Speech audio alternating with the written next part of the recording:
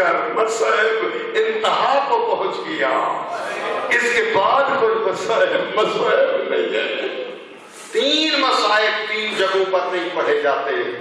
پہلا مصائب پڑھ دوں جی، امام حسین کے روزے کے سامنے جناب علی اکبر کی شہادت نہیں پڑھی جاتی۔ نہیں سن سکتا امام، کیسے برسی لگی میرے لال کو۔ دوسرا مصائب جی، دوسرا مصائب مولا عباس کے روزے کے سامنے جناب سکینہ کی شہادت نہیں پڑھی جاتی۔ نہیں سن سکتا غازی، کیسے تماچے کھائے یتیماں نے۔ اور تیسرا مصائب بتا دوں، تیسرا مصائب نجف اشرف میں مولا علی کے روزے کے سامنے داخلہ شام ثانی زہرا کا نہیں پڑھا جاتا۔ نہیں سن سکتا علی، کیسے گئی میری بیٹی بازار۔ آؤ ثانی زہرا کے مصائب کے 2 جملے عرض کروں، عزیزانوں کو اتنے مصائب آئے۔ ہاں ایک آدمی ہے، وہ کہتا ہے جب یہ قافلہ چلا ہے نا، کل بھی میں نے عرض کیا تھا کہ کسی بچے کو بی بی نے نہیں پکڑا تھا۔ آپ دور دراز کا سفر کرتے ہیں، لاہور اسلام آباد جاتے ہو، اپنے بچے دیکھتے ہو نا، خواتین بچوں کو تھام کے بیٹھتی ہیں پکڑ کر، لیکن جتنا محفوظ سفر ہو پکڑ لیتی ہیں۔ لیکن آؤ کربلا سے شام تک کسی بی بی نے بچے کو نہیں تھاما تھا۔ کیوں؟ اس لیے کہ ان کے ہاتھ کچھ مصروف تھے جی، یہی وجہ ہے بچے انہیں بیویوں کو پکڑا ہوا تھا۔ جب تک بچوں کے ہاتھوں میں طاقت رہتی بچے پکڑے بیٹھتے، جب ہاتھ تھک جاتے، ہاتھ کھل جاتے، ظالم قافلے کو دوڑاتے، بچے گر جاتے، ہاں روکتے نہیں تھے، بچے تڑپ تڑپ کر مر جاتے۔ ایک آدمی ہے، وہ کہتا ہے میں شام شہر کی طرف سفر کر رہا تھا، اسی راستے پر میں نے دیکھا ایک لاش مجھے ملی۔ کہتا ہے میں اترا اپنے گھوڑے سے، میں نے قبر بنائی اور میں نے اس لاش کو، بچے کی لاش تھی، میں نے اٹھایا دفن کیا۔ میں نے دیکھا ایک کالے برقعے والی بی بی آئی، مجھے دیکھ کر کہتی ہے مسافر میں تیرا شکریہ ادا کرتی ہوں، تو میرے بچے کو دفن کر دیا۔ کہتا ہے میں نے سفر جاری رکھا، ہاں شام شہر سے ابھی 12 کلومیٹر میں باہر تھا، پھر مجھے ایک لاش ملی۔ کہتا ہے میں گھوڑے سے اترا، میں نے قبر بنائی، میں نے ارادہ کیا اس لاش کو اٹھاؤں دفن کروں۔ میں نے دیکھا وہ کالے برقعے والی بی بی آئی، مجھے دیکھ کر کہتی ہے مسافر اس لاش کو ہاتھ نہ لگانا، بی بی میں دفن کرنا چاہتا ہوں، ابھی تک جن کو تو نے دفن کیا ہے وہ میرے بیٹے ہیں، یہ میری بیٹی ہے، میں خود آپ دفن کروں گی۔ اور ملاؤ طبیعت پرسد ہو، نظارو فاطمی ہو، یہ پرسے کے دن ہیں، اللہ آپ کا پرسہ قبول کرے۔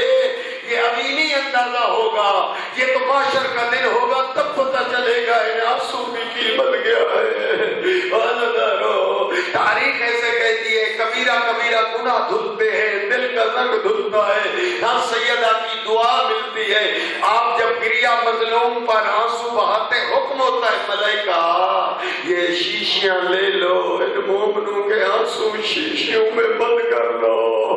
اور یہی وجہ ہے جب اعمال تلیں گے یہ آنسو بھی تلیں گے، اعمال وزنی ہو جاتے ہیں، رونے کی شکل بھی بنا لو تو عبادت میں شمار ہو۔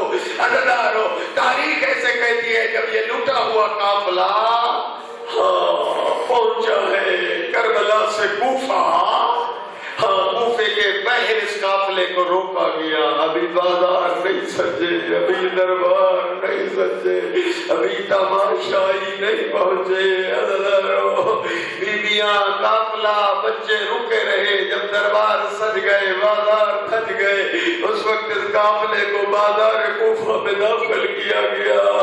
عزیزان ام حبیبہ کنیز ہے سیدہ زینب کی، مدینے میں قرآن پڑھا کرتی تھی ثانی زہرا کے پاس، تقدیر ایسے کہ شادی ہو آئی در شہر کوفہ میں۔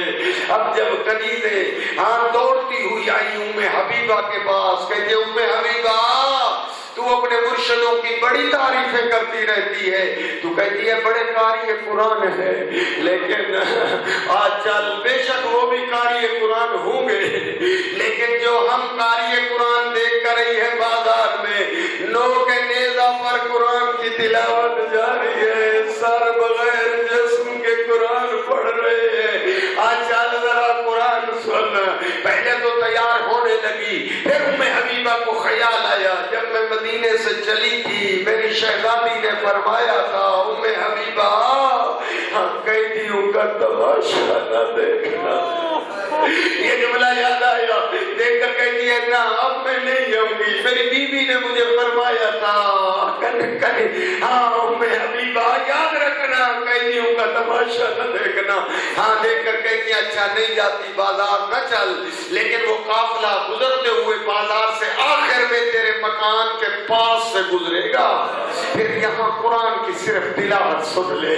ہاں مجبور کر کے اسے اپنے مکان کی چھت کے اوپر لے آئی، کہا ادھر بیٹھ جا، بازار نہ چل، بے شک نہ چل۔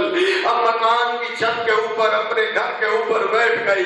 تاریخ کہتی ہے جیسے یہ قافلہ بازار سے گزرتا ہوا شہزادی نے خطبے پڑھے بازار، وہ عزاداروں وہ خطبے تو نہ سنا سکا آپ کو، پر عزاداروں تاریخ کہتی ہے وہی لٹا ہوا قافلہ جب ام حبیبہ کے مکان کے پاس سے گزرا، اس نے قرآن کی تلاوت کی آواز سنی، دیکھ کر کہتی ہے حسبی اللہ، یہ آواز تو میری سنی ہوئی لگتی ہے، اللہ خیر کرے، یہ ہستیاں کون ہیں جو جسم کے بغیر سر قرآن کی تلاوت کر رہا ہے، جنہیں اللہ میں بھول جاؤں یہ آواز سے تو میں واقف لگتی ہوں۔ عزاداروں جیسے اس نے نو کے نیزہ پر تلاوت سنی، پھر اس نے دیکھا ہاں کچھ بیویاں ہیں ہاتھوں میں رسیاں ہیں، پھر کچھ بچے ہیں جو اونٹوں پہ سوار ہیں، ایک بچی ہے جس کے کانوں سے خون جاری ہے، رخساروں پہ نیلے داغ نشان تماچوں کے۔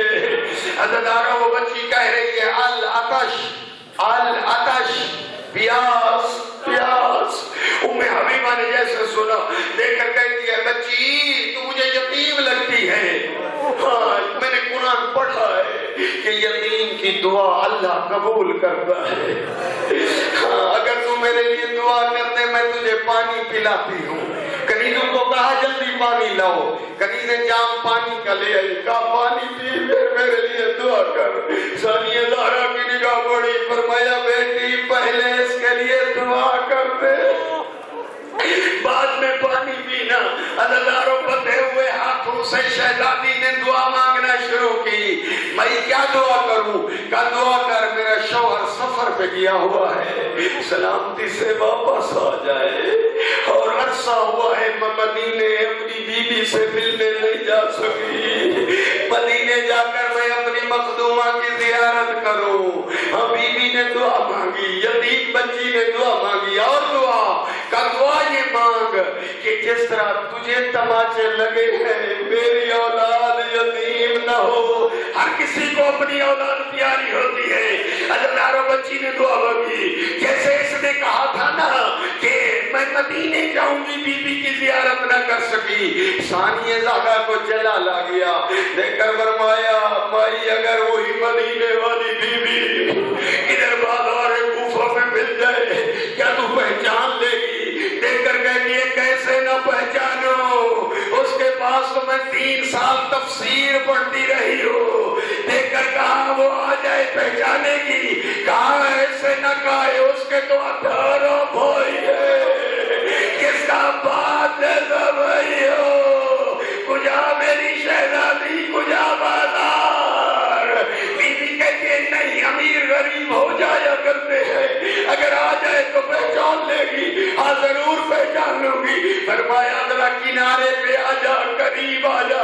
جیسے قریب آئی بی بی نے اپنے پریشان بال معمولی سے ہٹائے، فرمایا مجھے پہچان، ام حبیبہ نا زینب بنت علی عباس کی شہزادی میں ہوں۔ جیسے اس نے سنا رو کر کہہ دیا بی بی